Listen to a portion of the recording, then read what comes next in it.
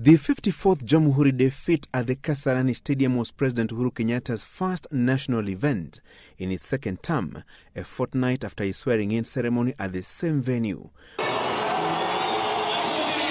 While the event was meant to take stock of the strides the country and its population have made in the 54 years of independence, it was not lost on the head of state that the nation was fractured politically and ethnically following a year of vicious clamor for top elective seats, particularly the presidency.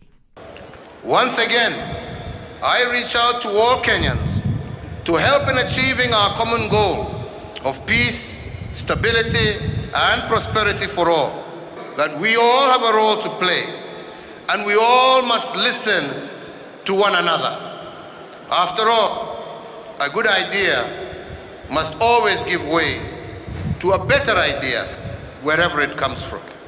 We celebrate those who voted for our worthy competitors in NASA. They too made our politics competitive and gave us the opportunity to demonstrate that we are truly a progressive, and we tested all the institutions of our democracy. Today's Jamhuri Day festivities would have coincided with the planned swearing-in ceremony of NASA leader Raila Odinga as the people's president, with the opposition fraternity insisting it neither recognizes Kenyatta's presidency nor the legitimacy of his administration.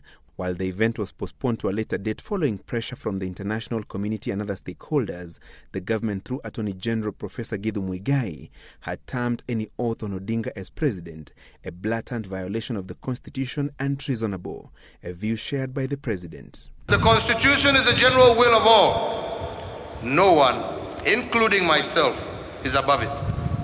No matter who you are subject to its authority.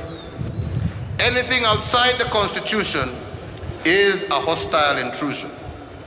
Whoever destroys property, whoever chooses senseless violence over constitutional order, all these are enemies of the Republic, and that is how they will be treated. While swearing in Odinga was NASA's principal plan, there has been an alternative push for secession by sections of the opposition strongholds over allegations of marginalization and exclusion. As your fourth president, I will not tire of reminding you that you will have a fifth and even 10th president, but we will not have a second, third, or fourth Kenya. The time for politics is over. It is now time to unite Kenyans and restore the country on a path to economic growth and prosperity. While he called for national unity, Kenyatta's immediate task will be to reconstitute the executive and craft a cabinet lineup that reflects the nation's regional, ethnic and gender diversity. These amid calls for national dialogue to address long-standing electoral and governance issues. Many in our political arena have believed that politics matters more than economic development.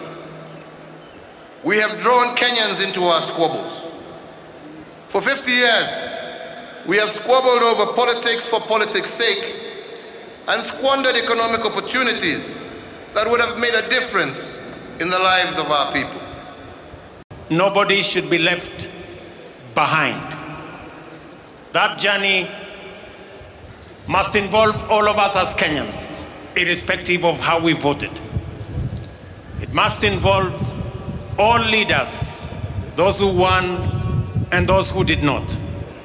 And it must involve those in government and those in the opposition.